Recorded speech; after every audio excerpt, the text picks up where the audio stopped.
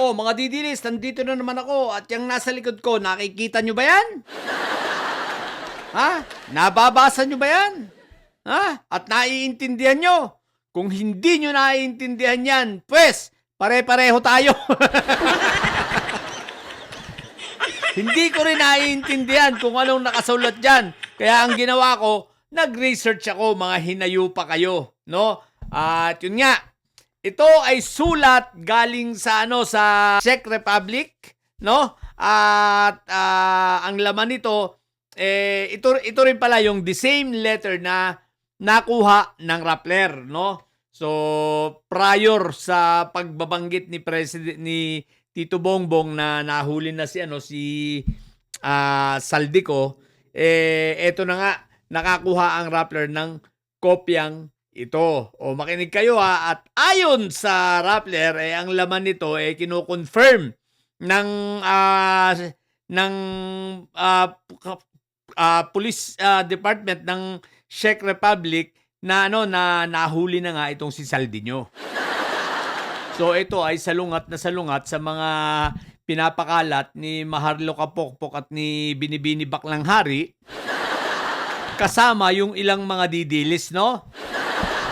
Syempre, kaya yung mga didilis, wala nang alam yan sa mga katotohanan kasi bawal na nga silang manood ng mga di ba may memo nga sa kanila na bawal na silang manood ng mga mainstream media. At bawal na silang manood ng mga ng mga legit na mga stations na nagbabalita ng mga legit na balita. Kailangan ay makikinig lang sila sa SMNI. Siyempre, ang mga host sa SMNI, mga bayoteros, di ba? Yung mga bobo, o tapos yung mga bata ni Kibulok, di ba? Siyempre, yun na lang pakikinggan nila at yun na lang ang totoo. So, ngayon, itong mga didilis, hindi nila naiintindihan ang sulat na ito. Nakatulad ko rin. Hindi ko rin naiintindihan, pero nag-research ako at least. So, kinonfirm ng Rappler na itong sulat na ito, ganito rin ang kanilang natanggap at ipina-translate nila ito at yun nga, kino-confirm. So, kayong mga bobong didilis, no?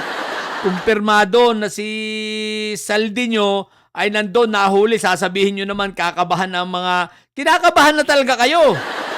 Pero hindi si Tito Bongbong at hindi, bakit kakabahan si Tito Bongbong kung bobo pala kayo siya nga itong nagpupursiging makauwi na, siya nga itong nagpupursiging na nakikipag-usap ngayon sa DFA, siya nag-utos na talagang paspasan ng paspasan na makauwi agad lahat ng mga pwedeng gawing channels gawin na para maipauwi itong si Saldiño. Diba? Siyempre may proseso yan kayong mga bobong didilis, tatanga-tanga naman kayo. Pero wala ba kayo napansin? Parang tahimik yung ibang mga didilis parang tumahimik tumahimik itong itong nagbitbit ng 18 Marines. Marites pala. Parang tahimik ngayon si Mike Diferensya. Tahimik ngayon yung iba. Mukhang kinakabahan kasi baka umamin si Saldiño na, teka lang, wala naman akong bidyong inilabas na ganyan. Ay naku po, Rudy! Pinagpiestahan na ng mga didilis tapos wala naman pala. Yung pala gawa-gawa lang at maliwanag na AI ang hinayupak. Naku po, Rudy, tapos yung sinasabi ni na nakausap niya sabi ni Mike Diferensya, nakausap niya si Saldiño, tingnan natin, Rudy. Kaya may mga kinakabahan na. At yung mga kinakabahan na yun, syempre yung mga didilis yan. Dahil bakit? Isipin mo, may impeachment na kinaharap si Sayad, nagkakandeletse-letse na ang buhay ng mga may Sayad siblings, dadagdag pa itong si Saldiño. Bakit? Mabibisto yung simula 2016 nang namayagpag siya. Magtuturo na ito ay naku po, Rudy. Si Tito Bongbong gustong-gusto ni Tito Bongbong para managot ang dapat managot. Di ba?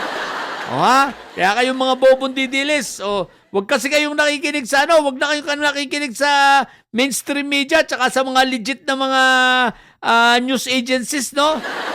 Sa SMNI lang kayo dahil pag hindi, lumalabag kayo sa memo sa inyo.